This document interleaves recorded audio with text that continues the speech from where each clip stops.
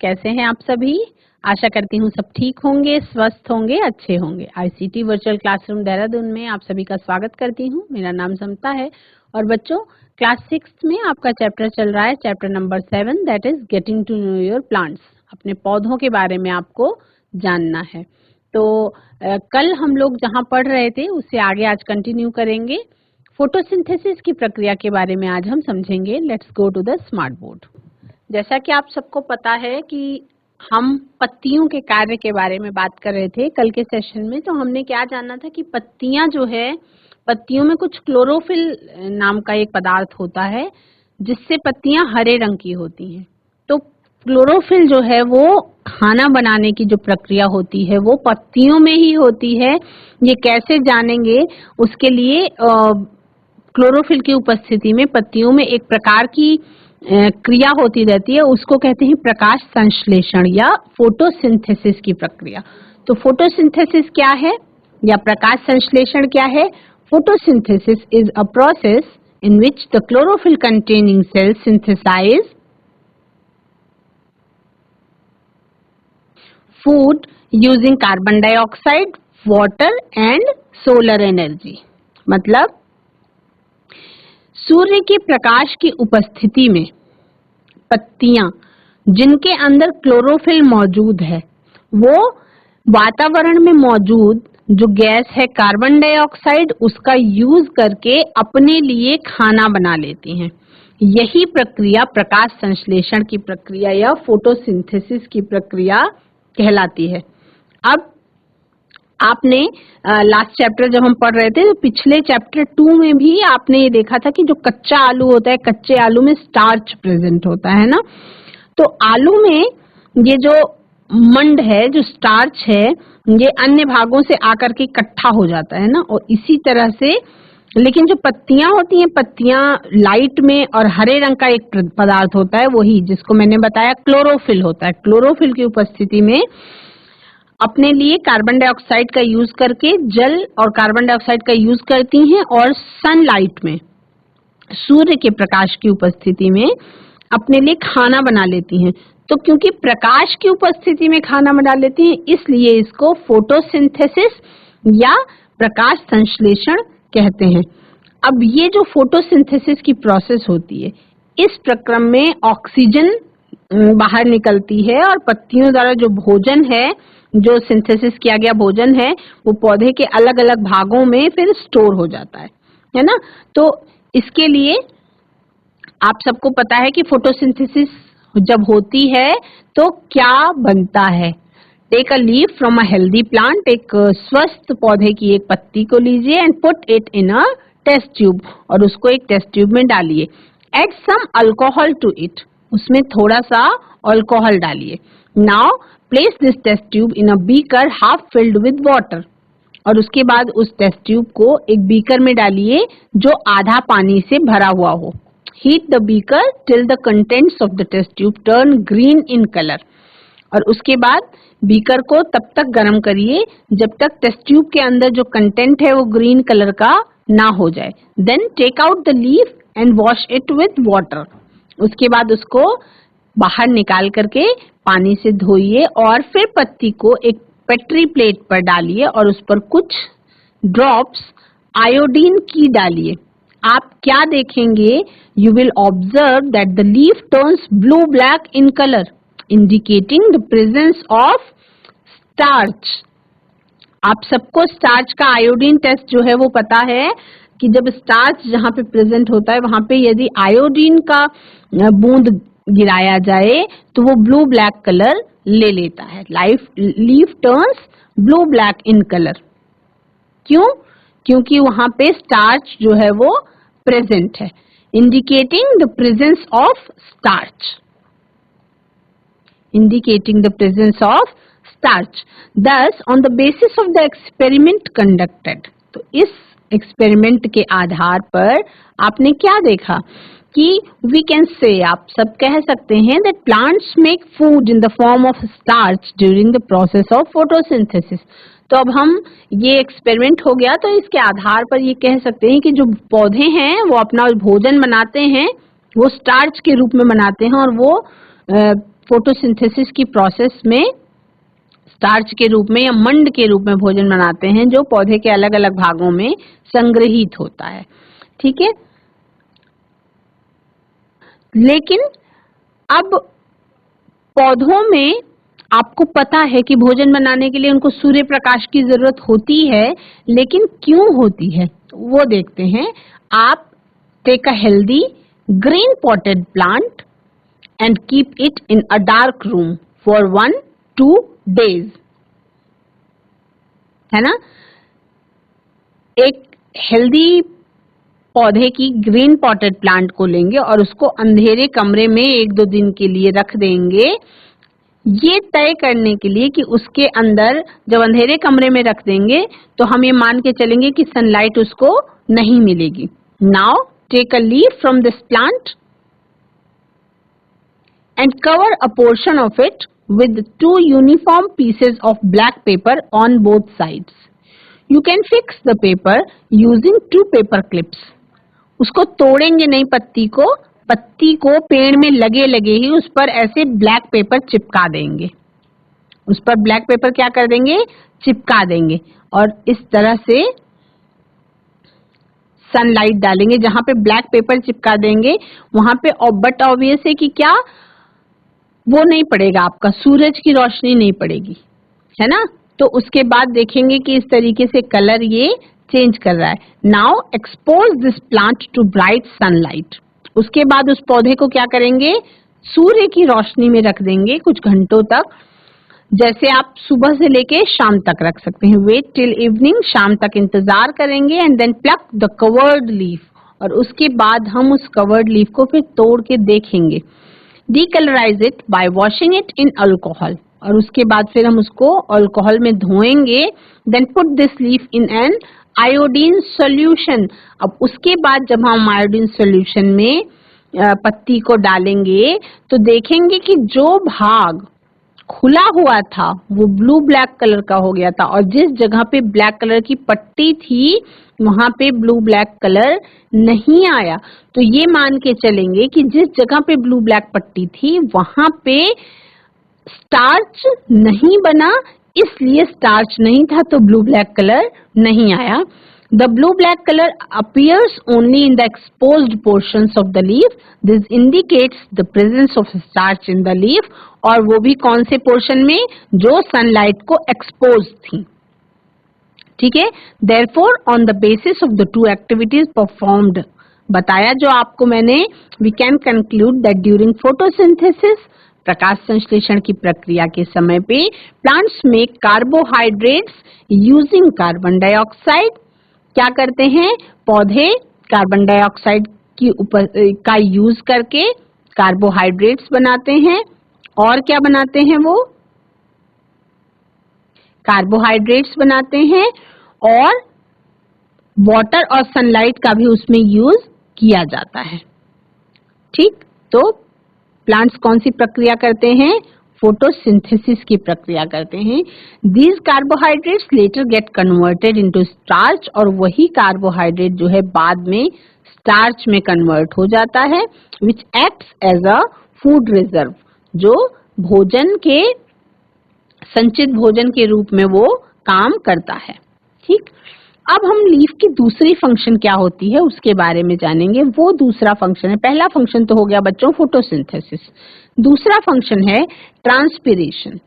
तो ट्रांसपीरेशन क्या होता है, the evaporation of water from a plant surface mainly through leaves is known as transpiration.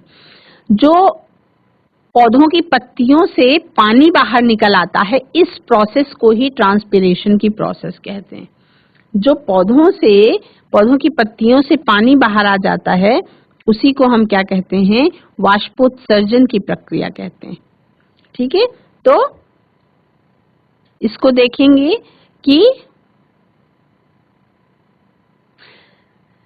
हम एक प्रोसेस करेंगे ट्रांसपीरेशन को जानने के लिए। Take a potted plant and keep it in a polythene bag. हम एक पॉटेड प्लांट को इस तरह से लेंगे और उसको फिर पॉलीथीन बैग में रखेंगे और उसके बाद उसके मुंह को बांध देंगे। Tie the mouth of the bag and keep it in sunlight. you will observe that after 4-5 hours the inner surface of the bag develops some water droplets. तो आप 4-5 घंटों के बाद देखेंगे कि जो उसकी अंदरूनी सतह थी पन्नी की, उसमें कुछ वाटर ड्रॉपलेट्स बन गई थी, है ना. Thus it can be concluded from the above activity that leaves loose water in the form of vapor.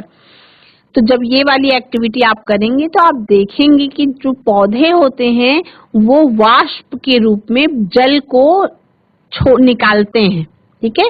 These water vapors diffuse out of leaves और वो पत्ती के सहारे पर्णफलक के रास्ते से, लैमिना के रास्ते से बाहर निकलती हैं और उस पर किस पर, लैमिना पे छोटे छोटे क्या होते हैं, पर्णरंध्र बने होते हैं, स्टोमेटा बने होते हैं, जिसके सहारे जल जो है वो बाहर निकलता है. ठीक है. क्या आप सबको पता है that the 99% of water absorbed by roots is lost via transpiration. जो 99% ऑफ वाटर है जो रूट्स के द्वारा एब्जॉर्ब किया जाता है वो ट्रांसपिरेशन के द्वारा फिर बाहर निकाल दिया जाता है. A corn plant transpires over 200 liters of water in one growing season. एक मक्के का पौधा जो है वो एक ग्रोइंग सीजन में 200 लीटर तक पानी ट्रांसपिरेशन के द्वारा बाहर निकाल लेता है. Is losing water an advantage? Is there any particular use of transpiration? क्या जो पत्तियां पानी को निकाल देती हैं, लूज कर देती हैं, क्या उसका कोई यूज है, उसका कोई फायदा है या इसका कोई पर्टिकुलर यूज है ट्रांसपिरेशन का? क्यों ये प्रोसेस होती है? The loss of water through transpiration helps in keeping plants cool. जैसे हमारे शरीर को ठंडा रखने के लिए गर्मियों के मौसम में पसीना आता है, उसी तरह से पौधों को भी अपना टेम्परेचर मेंटेन करने के लिए और ठीक तरीके से हॉट वेदर कंडीशंस में सरवाइव करने के लिए ये ट्रांसपिरेशन की प्रक्रिया करनी पड़ती है. Transpiration also helps in maintaining the concentration of cell sap inside the plant cell. Or if the excess water is not evaporated out through transpiration, the cell sap of the root hairs will become dilute. This will prevent the absorption of water from the soil through osmosis. यानी बहुत ज्यादा पानी, अगर उनकी जरूरत से ज्यादा पानी होगा तो वो क्या होगा, वो रूट हेयर्स को खत्म कर देगा, या कहते हैं कि सड़न होने लगेगी. तो उससे बचने के लिए ये नेचुरल है कि इवेपोरेशन होता है और ट्रांसपिरेशन की प्रक्रिया होती है, जिससे एक्स्ट्रा एक्सेस पानी जो है वो यूज करने के बाद बाहर निकाल दिया जाता है. ठीक है. कौन कौन से फैक्टर्स हैं जो ट्रांसपिरेशन को असर डालते हैं? Transpiration process is affected by a number of atmospheric factors. कुछ एटमॉस्फेरिक फैक्टर्स हैं जो असर डालते हैं. क्या क्या? एक तो सनलाइट, सूर्य की रोशनी. The stomata remains open during the day time and close at the night time. This is the rate of transpiration is much higher during day time than at night. जो पत्तियों पे पर्णरंध्र होते हैं वो दिन के टाइम में खुले रहते हैं, इसलिए दिन के टाइम में ट्रांसपिरेशन की प्रोसेस अच्छी होती है, तेज होती है, और रात में वो स्टोमेटा बंद होते हैं, इसलिए रात के समय में ये प्रोसेस नहीं हो पाती. तो अफेक्ट करती है उनको सनलाइट. टेम्परेचर यानी कि तापमान. More is the temperature faster is the transpiration. जैसे आप पानी को जब उबालते हैं, नॉर्मल टेम्परेचर पे आप पानी को रखेंगे तो उसको खत्म होने में कई हफ्तों का टाइम लगेगा वाष्पोत्सर्जन होने में. लेकिन अगर आप नॉर्मल पानी को गैस पे चढ़ा देते हैं तो वो आधे एक घंटे में उड़ जाएगा. तो मतलब जितना ज्यादा टेम्परेचर होगा उतना फास्ट ट्रांसपिरेशन की स्पीड होगी. विंड. जैसे more is the air velocity faster is the transpiration. जितनी ज्यादा एयर की वेलोसिटी होगी उतना ही ज्यादा ट्रांसपिरेशन की भी दर होगी. और क्या प्रभावित करता है? ह्यूमिडिटी यानी कि आर्द्रता. High humidity corresponds to higher amount of water molecules in the air. The humid air cannot hold more water molecules and thus the rate of transpiration decreases. यानी कि जब मौसम में, वातावरण में पानी की बूंदों की मात्रा ज्यादा होती है तब ट्रांसपिरेशन जो है उसकी प्रोसेस थोड़ी स्लो हो जाती है. अब आपने जड़ के बारे में पढ़ लिया है, आपने तने के बारे में पढ़ लिया है, आपने पत्ती के बारे में बहुत विस्तार से पढ़ लिया है। तो अब आपको क्या पढ़ना है? फ्लावर्स के बारे में पढ़ना है, उनका क्या काम होता है, ये सब आपको जानना है। ठीक है, तो आप सब ने देखा होगा एक पौधे पर फूल को लगते हुए। तो क्या आप जानते हैं कि कुछ पौधों पे तो फूल लगते हैं, कुछ पौधे जो है वो फूल वाले नहीं होते। जैसे कुछ सजावटी पौधे होते हैं, क्रोटन प्लांट्स में फ्लावर नहीं लगते हैं, कुछ में फ्लावर लगते हैं और कुछ में फ्लावर नहीं लगते। तो जिनमें फ्लावर लगते हैं वो बीज बनाते हैं और उनपे फ्रूट्स भी लगते हैं, उनको फ्लावरिंग प्लांट्स कहते हैं। जैसे पुष्पीय पौधे कहते हैं, जैसे आपका एप्पल है, फ्रूट बनता है, इसमें फ्लावर बनता है, फ्रूट बनता है। जैसे आपका मैंगो है, आम का पेड़ है, जैसे आपका टोमेटो है, इसमें फ्लावर बनते हैं, फिर फ्रूट्स बनते हैं। लेकिन कुछ पौधे ऐसे होते हैं जिनमें फ्लावर, सीड्स और फ्रूट्स ये सब नहीं होते हैं, उनको नॉन फ्लावरिंग प्लांट्स कहते हैं। उनको क्या कहते हैं? नॉन फ्लावरिंग प्लांट्स कहते हैं। जैसे आपका फर्न है, मॉसेस है और आपका नागफनी है, ये सब क्या है? ये नॉन फ्लावरिंग प्लांट्स होते हैं। ठीक है, what are the flowers and what are their functions in plants? पुष्प जो है, फूल जो है, वो क्या होते हैं ये जानना है, और प्लांट में उनका क्या फंक्शन है ये जानना है। तो फ्लावर्स क्या होते हैं बच्चों? Flowers are the brightly coloured parts of a plant. किसी भी पौधे का सबसे चमकदार, सबसे चटकीला, सबसे सुंदर भाग जो है वो क्या होता है? वो फ्लावर का, फूल का भाग होता है। They are involved in the formation of fruits. अगर फ्लावर नहीं होगा तो फ्रूट का फॉर्मेशन नहीं होगा, या ये कहेंगे जब फूल लगेंगे तभी फल लगेगा। ठीक है, तो फूल के अलग अलग भाग होते हैं। जो पुष्प होता है, पुष्प के भी अलग अलग भाग होते हैं।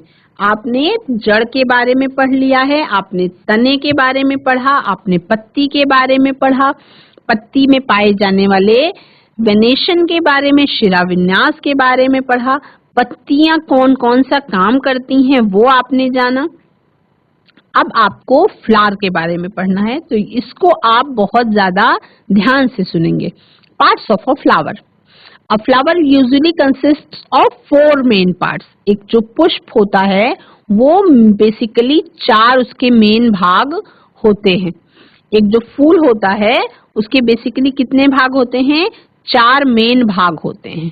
वो कौन कौन से मेन भाग होते हैं? आप देखो, ये फ्लावर है, ये एक पुष्प का चित्र है, तो इसमें 4 मेन भाग, देखो 4 मेन भाग आपको दिखाई पड़ रहे हैं। एक ग्रीन कलर में दिखाई दे रहा है, आपको एक पिंक कलर में दिखाई दे रहा है, एक आपको ये येलो कलर में दिखाई दे रहा है, और फिर छोटे छोटे इधर की तरफ निकले हुए 4 नंबर में आपको दिखाई पड़ रहा है।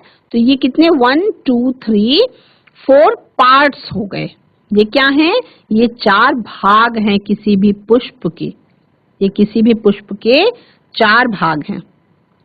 ठीक है, तो देखो, जब आप किसी पुष्प के बारे में पढ़ो तो आप गुड़हल का पुष्प चुनना, आप गेंदे का पुष्प या सूरजमुखी या गुलदाउदी इनको नहीं चुनना, क्योंकि ये क्या होते हैं ना, ये एक पुष्प नहीं है। जो आपको दिखने में एक फूल दिखाई पड़ता है वो एक फूल नहीं होता, बल्कि फूलों का पूरा गुच्छा होता है। उसके बारे में आप अगली क्लासेस में जब बड़े हो जाएंगे तो पढ़ेंगे। तो खिले हुए पुष्प के 4 मेन भाग होते हैं। पहला तो होता है बच्चों कैलिक्स। कैलिक्स जिसको आप कहते हैं बाह्य दल। तो ये देखो, ये जो नीचे की तरफ दिखाई पड़ रही है छोटी छोटी पत्तियों जैसी संरचना, ये क्या है? ये है calyx. The leaf like structure at the base of the flower that protects the flower in the bud stage is called calyx. Individually it is known as sepals. और अगर इसकी एक सिंगल पत्ती को हम निकाल लें तो उसको क्या कहते हैं? बाह्य दल कहते हैं, है ना? वो क्या होती हैं? कैलिक्स कहते हैं। और उसकी एक अगर निकाल लिया जाए तो उसको हम सेपल कहते हैं। कोरोला क्या होता है? This part of the flower is often bright in colour and unusually shaped to attract insects for pollination. जो कोरोला होता है, दल जिसको कहते हैं, ये जो पुष्प का भाग है ये सबसे ज्यादा चमकीला वाला भाग होता है और इसका जो शेप है वो ऐसा होता है, जब हमें बहुत सुंदर लगता है तो क्या वो इंसेक्ट्स को, कीड़े मकोड़ों को, चिड़ियों को या चमगादड़ों को या और सबको सुंदर नहीं लगता होगा, या भंवरों को, मधुमक्खियों को, सबको सुंदर लगता है। तो all the petals together are called corolla. सारी की सारी पंखुड़ियां अगर एक साथ लेके उनको बोला जाए तो उनको हम क्या कहते हैं? उनको हम दलपुंज कहते हैं। ठीक है, उनको हम क्या कहते हैं? दलपुंज कहते हैं। तो जैसे आप गुलाब का पुष्प देखो तो गुलाब के पुष्प में क्या है? आपका पंखुड़ियां दिखाई पड़ेंगी, आपको इस तरीके से बाह्य दल दिखाई पड़ेगा, दल दिखाई पड़ेगा, दलपुंज, बहुत सारी पंखुड़ियां, दलपुंज। तो कितना सुंदर लगता है ये फूल देखने में। तो उसको आप ले लेंगे पुष्प, चाहे तो आप पौधे में लगा हुआ रहने देंगे और उसमें आप देखेंगे कि इसमें कितने बाह्य दल हैं, क्या ये आपस में जुड़े हैं या अलग अलग हैं। जो फूल आपने चूज किया उसमें कितनी पंखुड़ियां हैं और किस रंग की हैं, क्या वो पंखुड़ियां आपस में जुड़ी हुई हैं या वो पंखुड़ियां आपस में जुड़ी हुई नहीं हैं, अलग अलग हैं। क्या जुड़े हुए बाह्य दल वाले पुष्प की पंखुड़ियां अलग अलग हैं या संयुक्त हैं। ये सब जब आप पढ़ेंगे तो आप बगीचे में जाओगे, अलग अलग फूलों को देखोगे और उसके बाद फिर आपकी सारणी 7.3 दी गई है, उसको आप लिखोगे अपनी कॉपी में। ठीक है, तो दो भाग हो गए, तो कैलिक्स और दूसरा कोरोला। सेपल्स क्या होते हैं? सेपल्स का ग्रुप होता है उसको कैलिक्स कहते हैं और एक जब उसको हम लेते हैं तो उसको हम सेपल्स कहते हैं। इसका मतलब इसको हम बाह्य दल कहते हैं। दे आर द स्मॉल, ये छोटे होते हैं, leaf like green structures of a flower, यानी कि पत्ती के जैसी बिल्कुल छोटी सी संरचना होती है जो गुलाब के फूल के नीचे दिखाई पड़ती है। जो कली को ढके हुए संरचना होती है वही बाह्य दल यानी सबसे बाहर वाला पार्ट कहलाती है। They can be clearly distinguished as separate structures in flowers such as rose, marigold. तो अगर आप गुलाब का फूल देखते हो, आप गेंदे का फूल देखते हो, है ना, तो उसमें आपको ये सेपल्स वाला जो स्ट्रक्चर है वो आपको एकदम अलग से ही दिखाई पड़ेगा। Sepals are found to be fused in flowers. कुछ फूल ऐसे होते हैं जिनमें सेपल्स आपस में जुड़े हुए होते हैं, ऊपर से थोड़ा थोड़ा अलग होते हैं लेकिन नीचे से वो आपस में जुड़े हुए होते हैं। जैसे अगर आप गुड़हल का फूल देखोगे तो गुड़हल के फूल में वो आपको आपस में नीचे जुड़ा हुआ दिखाई पड़ेगा, है ना। उसके बाद आ जाता है पार्ट बच्चों पेटल्स का। पेटल्स क्या होते हैं? सेपल्स के बाद जो सबसे चमकीला और सुंदर कलरफुल पार्ट होता है वो फ्लावर का क्या कहलाता है? वो they are brightly coloured prominent parts of an open flower. सबसे मेन भाग जो है वो रंगीन, वो दिखाई पड़ता है चटकीले रंगों की छोटी छोटी पंखुड़ियां। तो उन्हीं पंखुड़ियों को आप क्या कहते हैं? पेटल्स कहते हैं। उसके बाद दो मेन भाग होते हैं पुष्प के जिससे कोई भी फल बनने में हेल्प मिलती है। वो क्या होता है बच्चों? वो होता है एक तो एंड्रूशियम और दूसरा होता है गाइनीशियम। तो एंड्रूशियम क्या होता है? इस एंड्रूशियम को हम कहते हैं पुंकेसर। एंड्रूशियम को हम क्या कहते हैं? पुंकेसर कहते हैं। तो पुंकेसर क्या होते हैं? मेल रिप्रोडक्टिव पार्ट्स होते हैं जो किससे? स्टेमेंस से बने होते हैं। स्टेमेंस से बने होते हैं और each stamen consists of a filament and an anther. उसमें क्या होता है? एक नीचे डंडी सी संरचना होती है और ऊपर की तरफ छोटा सा एंथर उसमें प्रेजेंट होता है। तो अभी आप ये जानेंगे कि पुंकेसर क्या है? नर जननांग है किसी भी पुष्प का, मेल रिप्रोडक्टिव पार्ट है किसी भी पुष्प का। अब इसमें देखें, ये संरचना दिखाई पड़ रही है, ये है फिलामेंट और ऊपर की तरफ जो है वो एंथर कहलाता है और इसी पार्ट को क्या कहते हैं? स्टेमेंस कहते हैं, है ना। तो एक है तो स्टेमेन है और बहुत सारे हैं, तो ये एक कलेक्टिवली जैसे 4 दिखाई पड़ रहे हैं तो ये चारों को एक साथ बोलेंगे तो एंड्रोशियम बोलेंगे। गाइनीशियम क्या है? जो बीच में पाया जाने वाला भाग जो पीले रंग का दिखाई पड़ रहा है ये है गाइनीशियम। और ये क्या है? किसी भी पुष्प का फीमेल रिप्रोडक्टिव पार्ट है of the flower composed of carpels and each carpel have 3 parts, है ना? उसके 3 parts होते हैं, ठीक है? Stamens और pistils are the 2 reproductive parts of flower. किसी भी पुष्प का स्टेमेन और पिस्टिल जो है वो 2 जननांग होते हैं जिनसे फल बनता है बाद में, ठीक है? स्टेमेन्स क्या हैं? They are the male reproductive parts of a plant. किसी भी पौधे का मेल रिप्रोडक्टिव पार्ट जो है उनको स्टेमन कहते हैं। They can vary in number. ये संख्या में अलग अलग हो सकते हैं। A stamen is divided into 2 parts, anther and filament. जैसा कि आप देख रहे हो डायग्राम में, एक फिलामेंट जैसी संरचना है नीचे और ऊपर जो है वो एंथर है और इसको कलेक्टिवली मिला करके बोलते हैं स्टेमन। Stamens can be free such as those present in hibiscus, pea, marigold, or they can be joined to petals such as those in धतूरा, potato, sunflower. आप धतूरे का फूल लेके देखो, आलू का फूल लेके देखो, सनफ्लावर देके देखो, मैरीगोल्ड, गुड़हल, मटर, जब अलग अलग पुष्पों को आप लेके देखोगे तो आपको उसमें एंथर भी, स्टेमेन भी अलग अलग तरीके का दिखाई पड़ेगा। जो एंथर होते हैं बच्चों उसमें पराग कण भरे होते हैं, पॉलन ग्रेन्स भरे होते हैं बहुत सारे, और पॉलन, ये देखो ये एक एंथर की, ये एक स्टेमेन की संरचना है जिसमें नीचे क्या होता है? फिलामेंट होता है और ऊपर ये एंथर प्रेजेंट होता है और इसके अंदर कुछ चिपचिपे, बहुत सारी चिपचिपे पदार्थ भरे होते हैं और उनको हम क्या कहते हैं? पराग कण कहते हैं, पॉलन ग्रेन्स कहते हैं। Pistils क्या होते हैं? They are the female reproductive parts of the plant. They are present in the innermost part of flower. ये एकदम किसी भी फूल का एकदम अंदर वाला जो पार्ट है वो कहलाता है pistil. They consist of 3 parts. इसके 3 भाग होते हैं, वर्तिका, वर्तिकाग्र और अंडाशय, स्टिग्मा, स्टाइल एंड ओवरी। तो इसके बारे में विस्तार से हम बड़ी क्लास में पढ़ेंगे। अभी हम इतना जानेंगे कि स्त्री केसर कहते हैं इसको और इसके 3 भाग होते हैं। ये सबसे अंदर वाले पार्ट में फ्लावर के पाया जाता है, ठीक है? आप किसी गुड़हल के पुष्प को इजीली अगर देखना है तो गुड़हल के पुष्प को आप देखें तो आपको ये संरचनाएं बहुत अच्छी तरह से दिखाई पड़ेंगी, ठीक है? ओवरी क्या होती है? ओवरी जो सबसे नीचे की तरफ फूला हुआ स्वोलन भाग दिखाई पड़ता है पिस्टिल के नीचे, वो क्या कहलाती है?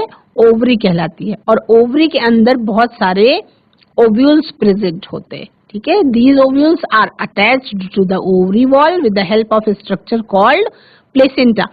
ये किसी भी फूल को आप अगर धीरे धीरे तोड़ना शुरू करो, तोड़ते तोड़ते तोड़ते तोड़ते अंदर की तरफ आपको ये सारी संरचनाएं दिखाई पड़ेंगी, ठीक है?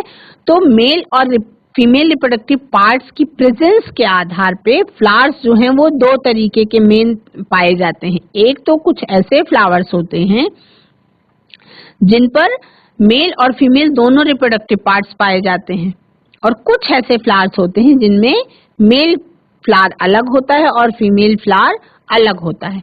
तो जैसे आपका गुलाब है, लिली है, गुड़हल है, सरसों है, ये सारे के सारे बाइसेक्सुअल फ्लावर्स होते हैं जिन पर मेल रिप्रोडक्टिव ऑर्गन और फीमेल रिप्रोडक्टिव पार्ट दोनों एक ही फूल पे पाए जाते हैं और इसीलिए ये हर्माफ्रोडाइट फ्लावर्स कहलाते हैं, उभयलिंगाश्रयी।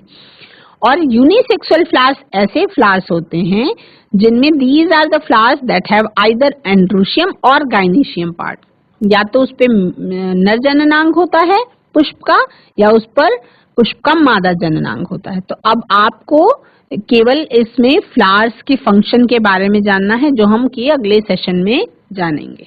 बच्चों, आज की क्लास में आप सभी ने एक फूल के बारे में जाना, पत्ती के फंक्शन के बारे में जाना और फूल के अलग अलग भागों के बारे में जाना। आज की क्लास से जुड़ने के लिए आप सभी का धन्यवाद। अगले सेशन में हम फूल के क्या कार्य होते हैं उनके बारे में जानेंगे। That's all for today. Have a nice day.